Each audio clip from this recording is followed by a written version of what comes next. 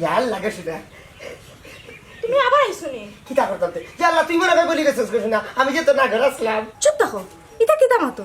মাইনসে হলে উপায় আসেনি। তাও কি তুই লেতে এই আমি আব্দুল্লাহ সুচাইও না ইতা তাই ডরাই না কিন্তু আমি ডরাই, আমার সংসার আছে, স্বামী আছে। ও সুটা মাই স্বামী খে তোর স্বামী ইয়ে এখানে আসের কে তুইলো? তুমি যাচ্ছা এখান থেকে, কেউ দেখলে বিপদ হইব। ও শোনা গো আইলাম দোকান সুখ দুঃখর কথা কইতাম এবং তুই দেখি আবার তাড়াইয়া দিলি আমার সুখ নাই, দুঃখ ঠিকই আছে, এটা তোমার শুনিয়ে লাভ নাই। তুমি যাও কি?